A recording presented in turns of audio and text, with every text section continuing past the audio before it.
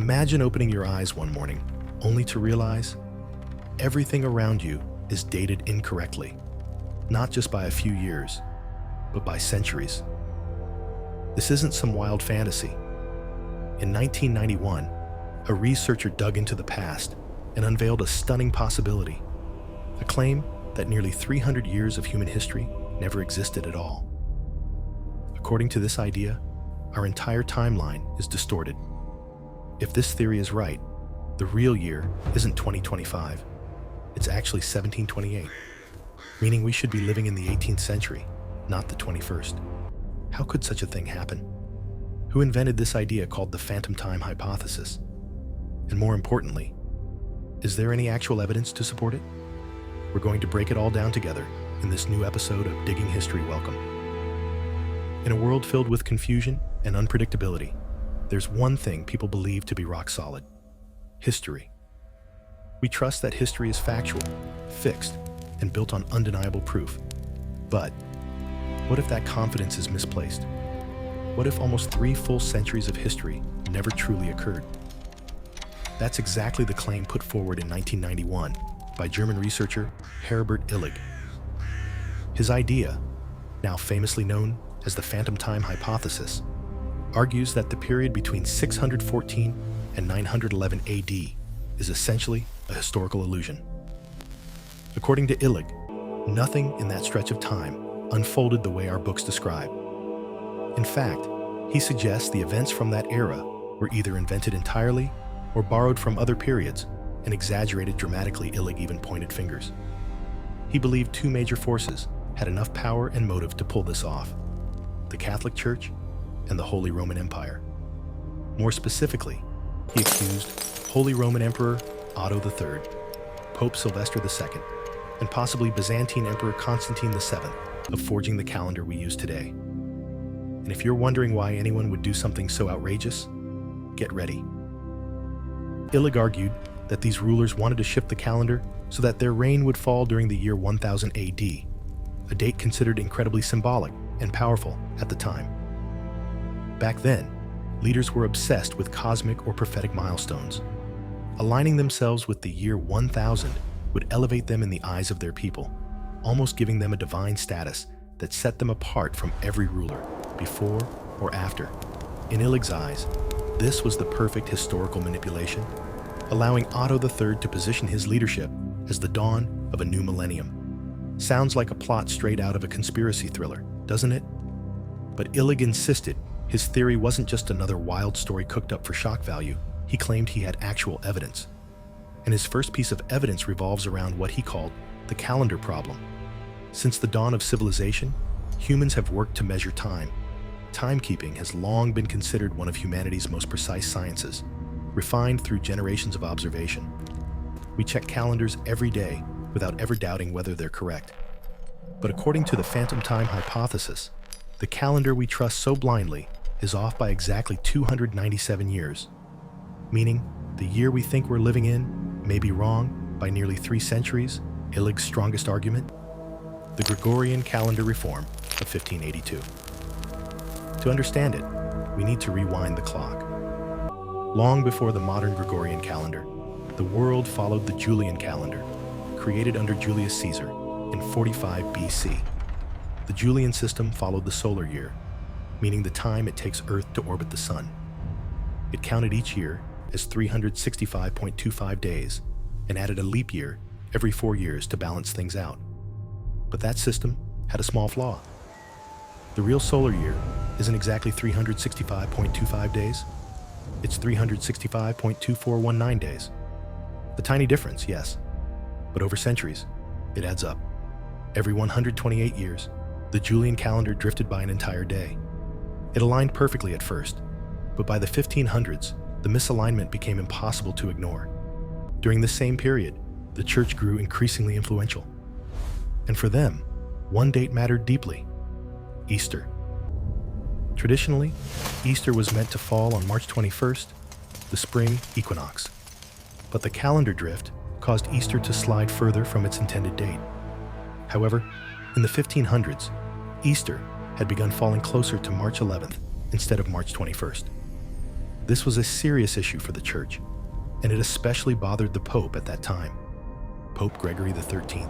So, in 1582, the church implemented a major overhaul of the calendar, switching from the Julian system to what we now call the Gregorian calendar. Under this new arrangement, a year was counted as 365 days, with an extra day added every 4 years, plus a few additional rules to keep the system synchronized. By making this adjustment, the days that had been slowly drifting out of alignment under the Julian calendar were restored.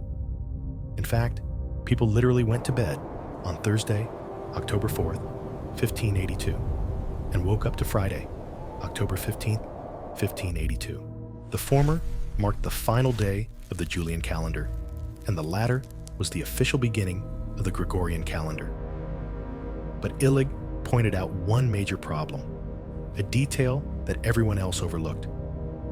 The church restored 10 days, yet the accumulated error from the Julian calendar should have added up to 13 days. So where did the extra 3 days vanish? Illig argued that this wasn't a simple oversight. He believed it was an intentional choice, a way to quietly hide a phantom block of history without raising suspicion. According to him, if the Julian calendar had truly been running since Julius Caesar introduced it in 45 BCE, then by 1582, the drift should have been approximately 13 days, not 10. This mismatch, he said, revealed something alarming. The timeline contained 300 years that never took place. In Illig's reasoning, those missing 3 days represent 3 centuries that were artificially inserted into our historical timeline. 10 days only accounted for about 1,200 years, yet roughly 1,500 years had passed since the Julian calendar began. This led Illig to his bold conclusion. Nearly 300 years simply didn't happen. They were added later, stretching the timeline into something longer than reality. And because Pope Sylvester II is one of the figures Illig accused of being involved in the fabrication, he suggested that Pope Gregory XIII had every reason to fix the calendar in a way that protected the church's legacy centuries later.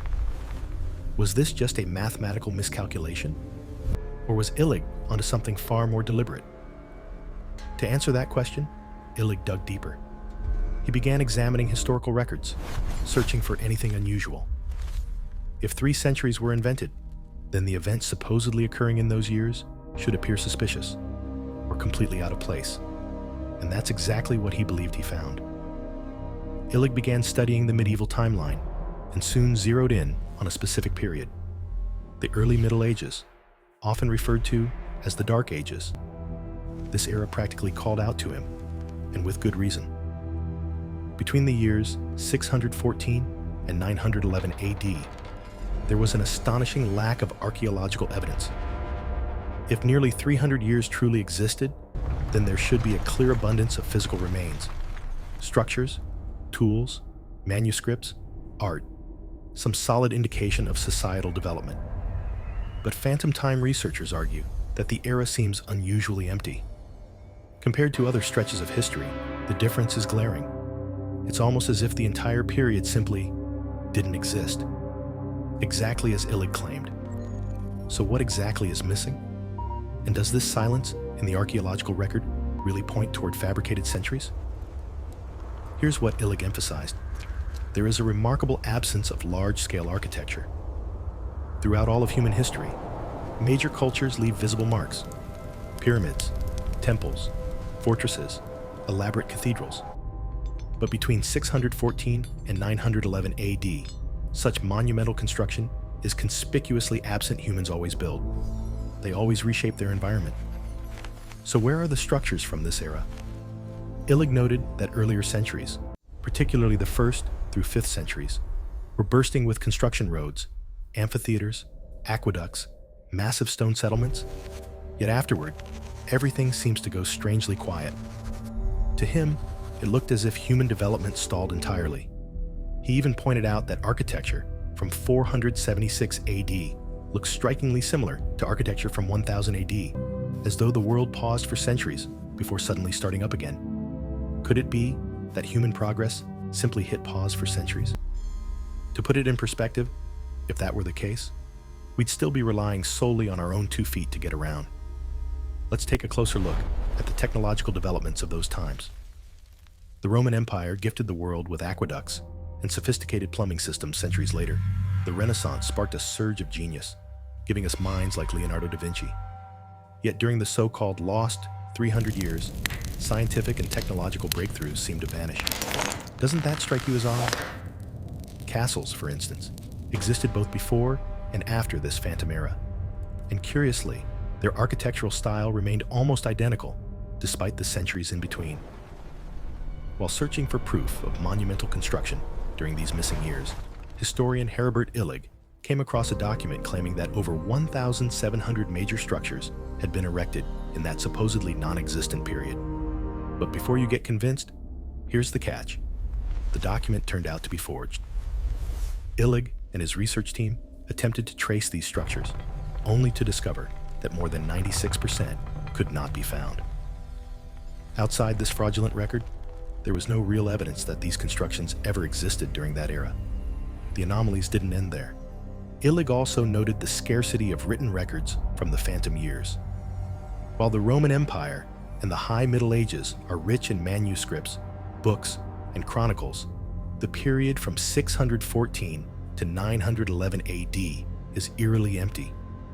Historians could only unearth a handful of texts, mostly from monasteries, with nothing significant from kings, nobles, or governments. This gap lends credence to the phantom time hypothesis. And what about archaeology? The lack of material evidence from these centuries only strengthens the argument. What if the years between 614 and 911 AD never actually happened? According to Illig, if these centuries were fabricated, then the historical deception didn't stop there.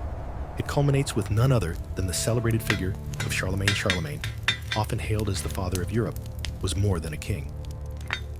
He was a warrior, ruler, and empire builder, known for uniting much of Europe in a way no predecessor had, leaving behind tales of legendary campaigns and victories.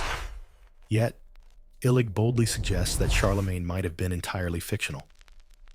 Consider the timing of his supposed reign, from 768 to 814 AD, perfectly nestled within the phantom period. With no solid architectural evidence, scientific advances, or reliable documents from that era, a legendary ruler could be inserted without suspicion. By creating a figure so glorified, history would accept him unquestioningly for centuries. Charlemagne, also known as Charles the Great, is credited with a staggering list of achievements. He was reportedly an astronomer, agriculturist, architect, lawmaker, and even an educator. In a reign of 46 years, he allegedly spent 44 years campaigning across Europe, waging and winning wars. Despite this, he supposedly managed to overhaul the legal system, invent a jury system, issue over 100 new laws, reform education, and even update scripture. It's almost impossible to believe that one person could accomplish so much in a single lifetime. Illig and his supporters argue that the answer is simple. Charlemagne never truly existed. He was a fabricated character, written into history to legitimize later rulers, specifically the Ottonians, with Otto III using the legend to strengthen his own claim to power. The Ottonians were a ruling family of the Holy Roman Empire during the 10th and early 11th centuries, named after its most prominent emperors, Otto I, Otto II, and Otto III. This dynasty followed the Carolingians, the same lineage reportedly founded by Charlemagne. Illig and his supporters suggest that the Ottonians invented Charlemagne altogether to provide legitimacy for their own rule. Think of it as a crafted origin story for a new dynasty stepping into the Holy Roman Empire. Taking over from a highly respected regime, the Ottonians needed a powerful historical backdrop to justify their ascent. According to this theory, Otto III concocted the Charlemagne narrative, exaggerating his accomplishments and embedding him into history as a legendary figure. This fabrication, paired with the desire to rule during the symbolic year 1000 AD, allegedly sparked the audacious rewriting of the past. Illig highlighted that most records of Charlemagne's life were produced in monasteries, rather than by contemporary government scribes. On top of that, the Carolingian Renaissance is said to have occurred during these missing centuries, raising questions about the timing of such a remarkable cultural and intellectual revival. Charlemagne's life, as depicted in the records, appears almost scripted. Perfect battles, grand achievements, and extraordinary undertakings that seem too flawless to be real. Using this evidence, Illig concluded that the years 614 to 911 AD never truly occurred, sending shockwaves through historical scholarship. This leads to further speculation about potential mistakes in calendar enforcement by the Pope, particularly with the transition from the Julian to the Gregorian calendar. Could it be that human error, rather than fabricated centuries, explains the historical anomalies?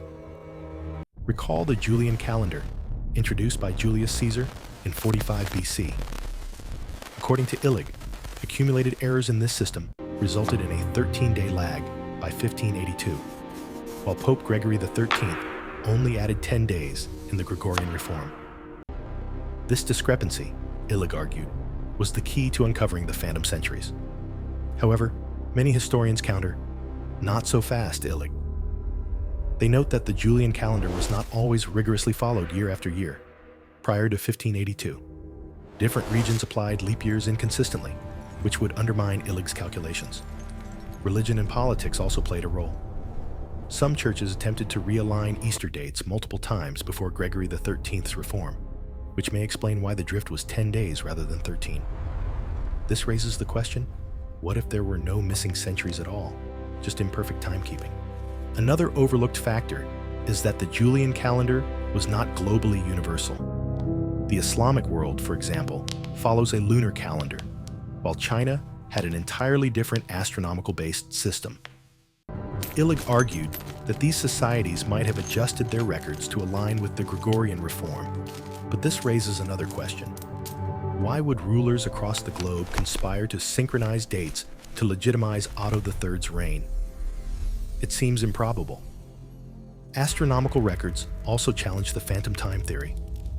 Unlike man-made calendars, the movements of the sun, moon, and planets follow precise, predictable cycles. Events such as solar eclipses and comet sightings provide a reliable way to verify historical dates. For instance, a solar eclipse in 418 AD was documented by both Chinese and Roman observers. These astronomical observations provide fixed points in time, complicating the argument that entire centuries were fabricated. This aligns perfectly with contemporary astronomical calculations, leaving almost no room for doubt. In 879, yet another eclipse was recorded, both taking place during the very era Illig labeled as non-existent. To strengthen their case, historians also pointed to Halley's Comet, which appears roughly every 75 to 76 years, with sightings documented in 760 AD and 837 AD. And before you think these records were fabricated, consider this. They were independently noted by Chinese and Islamic astronomers, without any connection to European authorities. This raised the question, was Illig's theory a global phenomenon, or simply a Eurocentric narrative? If you've been following closely, you might now ask, what about the apparent scarcity of archaeological evidence from the alleged phantom period? If the years 614 to 911 really happened, shouldn't we find tangible remains? Interestingly, there are artifacts. Contrary to Illig's claims of a void, archaeologists have unearthed items dating back to this time, coins from early medieval rulers, and even Viking ships buried in Norway, tracing back to the late 700s, suggest that some evidence does exist. So, did Illig overlook these findings? Or perhaps he didn't dig deep enough? It's worth noting that counter-historians observe that while some artifacts have been found, much remains scarce. This scarcity is understandable. Europe was navigating one of its most challenging periods following the fall of Rome in 476 AD. Before Rome's collapse, the empire was a dominant force, managing vast territories, building cities, and maintaining complex infrastructure. But after the fall, governance vanished abruptly. Trade networks disintegrated, economies shrank, and survival became the central concern. Under such conditions, societal focus naturally shifted away from monumental architecture or technical progress toward securing basic necessities. This explains the relative lack of archaeological remnants from the era. Yet, this is only part of the story. The most striking debate revolves around Charlemagne. To challenge Illig's claim that Charles the Great was a fictional creation of Otto III and Pope Sylvester II, historians presented undeniable evidence of his existence. Firstly, Charlemagne's life extended beyond his European subjects. The Byzantine Empire, or Eastern Roman Empire, documented his life alongside other European leaders, confirming his presence on a broader stage. Another fascinating piece of proof is an elephant gifted to Charlemagne by Caliph Harun al-Rashid of Baghdad in 802 AD. Both French and Islamic records document this event, demonstrating recognition of Charlemagne outside Europe. Additionally, coins and artifacts bearing Charlemagne's likeness further substantiate his reality. While his life's exploits may have been amplified over time, the historical evidence confirms he was not imaginary. This raises intriguing questions about Illig's theory. Could these proofs themselves be part of an elaborate effort to mask a temporal conspiracy? Perhaps, but no one can say for sure. While Heribert Illig's phantom time hypothesis appears compelling, counterarguments hold weight as well. Until more concrete evidence emerges linking Emperor Otto III and Pope Sylvester II to a deliberate manipulation of the historical record, the missing centuries theory remains just that, a theory for now. Look at this inscription. What's your take here. on the It phantom time matches the story? symbols on the pottery Could it really shard. be Yes, an elaborate and ploy? the coin's date Share your thoughts in the confirms comments dynasty below. we suspected. If you found this video interesting, don't forget to like and subscribe for more content like this. Keep questioning, keep exploring, and until next time, stay curious.